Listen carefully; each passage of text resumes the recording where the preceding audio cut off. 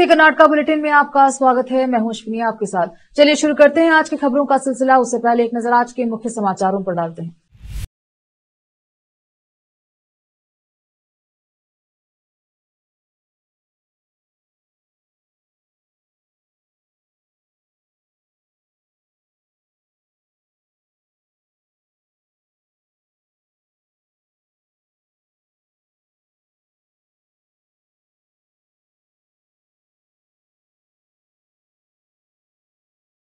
कर्नाटका में कांग्रेस के प्रदर्शन की समीक्षा।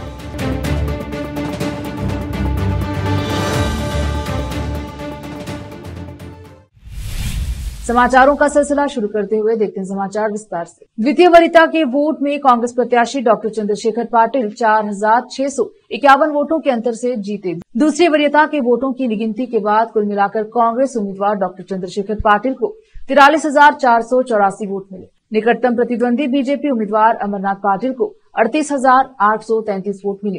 कुल 1,09,031 वोटों में से 96,519 वोट दिए गए, जबकि 12,513 वोट खारिज किए गए।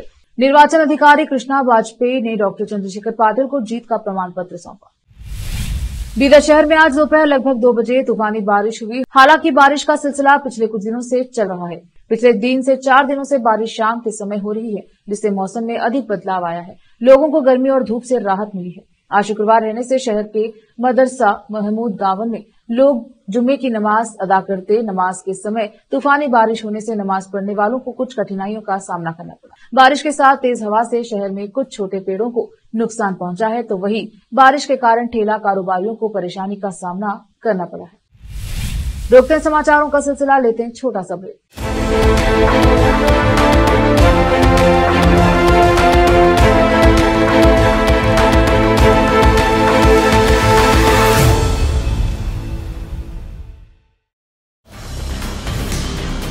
हिंदुस्तान के हर कोने में हम हैं मौजूद। 24 घंटे हालात पर गहरी नजर, खबरों से जुड़े चुपते सवालात, और आपको दिखाता है धार्मिक, सामाजिक, राजनीतिक, लोकल और इंटरनेशनल न्यूज की सबसे बेहतर कवरेज, जो आपको रखती है हर पल बाखबर। देश और दुनिया भर की खबर के लिए देखते रहें KP news 24/7। Noor education trust Bidar की ओर से चलाए जाने वाला Noor MEd and BEd college Bidar, recognised by NCTE Delhi and affiliated to Bidar University, Bidar. Admission are open for the academic year 2023-24. विशेषज्ञ और सक्षम शिक्षकों द्वारा शिक्षा प्राप्त करने के लिए नूर एमएड एंड बीएड कॉलेज में दाखिला लें और शांत वातावरण में शिक्षा प्राप्त करें। बीदर शहर में बेहतर शिक्षा का एकमात्र केंद्र Noor MEd and BEd college, Shahpur gate, Bidar. Phone numbers 9945283920, 8482221297। Hindustan के हर कोने में हम हैं मौजूद। 24 घंटे हालात पर गहरी नजर, खबरों से जुड़े चुपते सवालात, और आपको दिखाता है धार्मिक, सामाजिक, राजनीतिक, लोकल और इंटरनेशनल न्यूज की सबसे बेहतर कवरेज, जो आपको रखती है हर पल बाखबर। देश और दुनिया भर की खबर के लिए देखते रहें केपी न्यूज 24/7।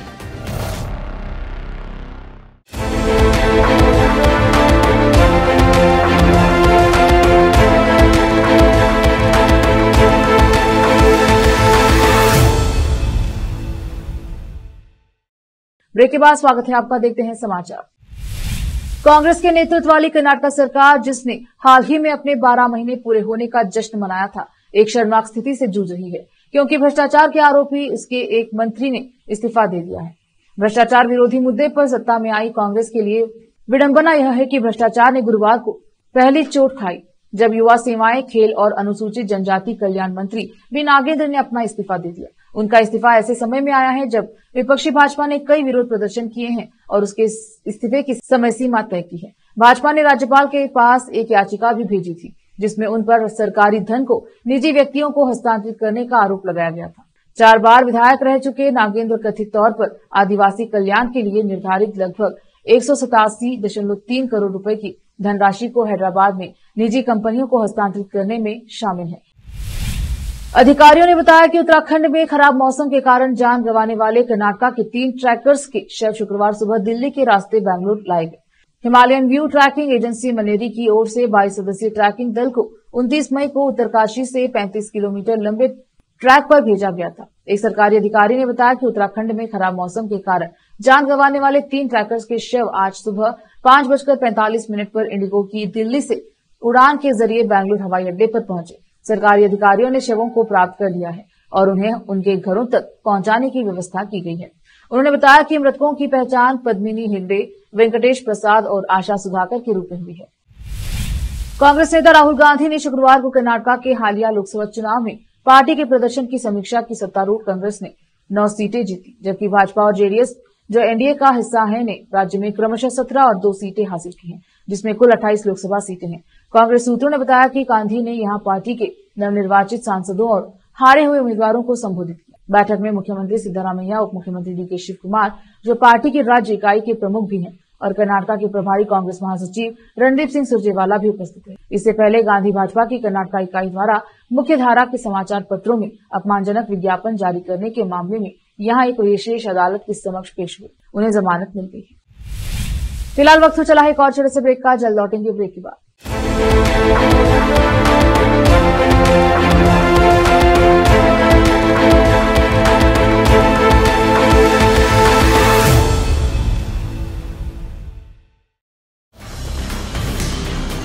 हिंदुस्तान के हर कोने में हम हैं मौजूद। 24 घंटे हालात पर गहरी नजर, खबरों से जुड़े चुपते सवालात, और आपको दिखाता है धार्मिक, सामाजिक, राजनीतिक, लोकल और इंटरनेशनल न्यूज की सबसे बेहतर कवरेज, जो आपको रखती है हर पल बाखबर। देश और दुनिया भर की खबर के लिए देखते रहें KP news 24/7। Noor education trust Bidar की ओर से चलाए जाने वाला Noor MEd and BEd college Bidar, recognised by NCTE Delhi and affiliated to Bidar University, Bidar.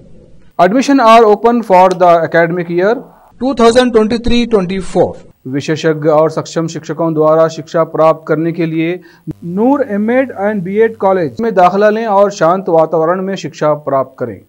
Bidar शहर में बेहतर शिक्षा का एकमात्र केंद्र Noor MEd and BEd college, Shahpur gate, Bidar. Phone numbers 9945283920, 8482221297। Hindustan के हर कोने में हम हैं मौजूद। 24 घंटे हालात पर गहरी नजर, खबरों से जुड़े चुपते सवालात, और आपको दिखाता है धार्मिक, सामाजिक, राजनीतिक, लोकल और इंटरनेशनल न्यूज की सबसे बेहतर कवरेज, जो आपको रखती है हर पल बाखबर। देश और दुनिया भर की खबर के लिए देखते रहें केपी न्यूज 24/7।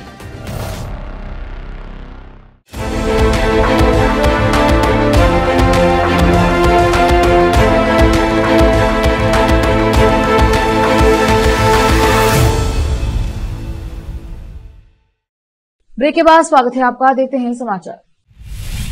कर्नाटक की कांग्रेस सरकार ने राज्य में बॉलीवुड फिल्म हमारे 12 के रिलीज पर प्रतिबंध लगा दिया है और आरोप लगाया है कि इससे सांप्रदायिक सद्भाव बिगड़ सकता है। गृह विभाग के अपर सचिव बीके भुवनेन्द्र कुमार द्वारा हस्ताक्षरित आदेश में यह भी निर्देश दिया गया है कि फिल्म का ट्रेलर 2 सप्ताह या अगले आदेश तक प्रसारित न किया जाए।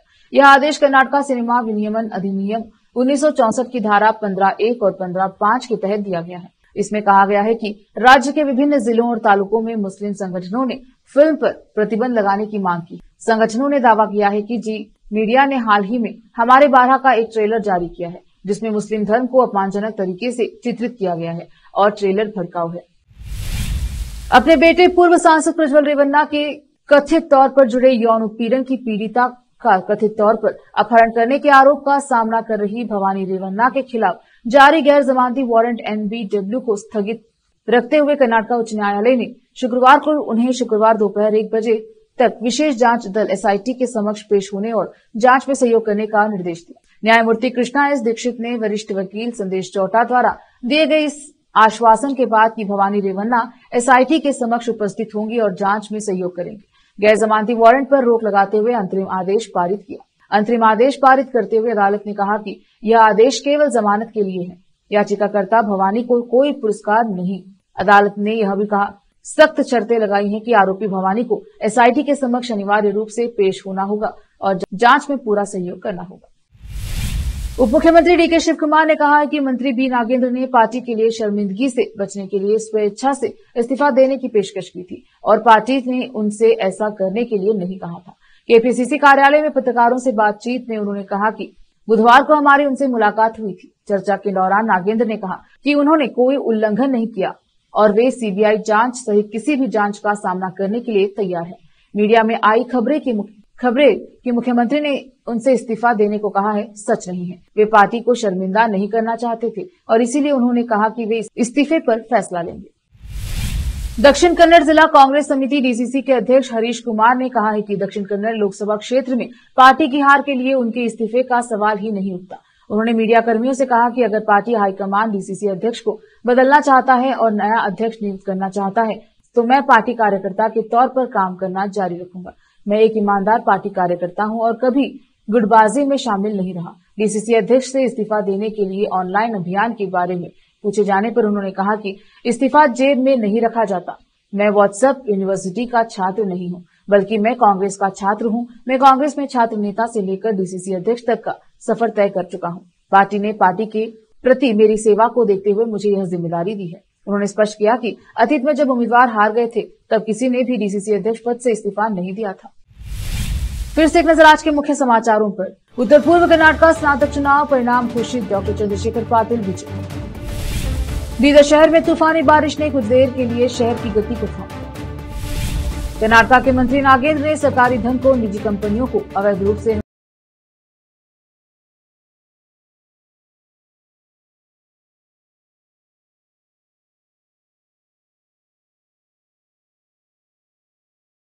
कांग्रेस के प्रदर्शन की समीक्षा।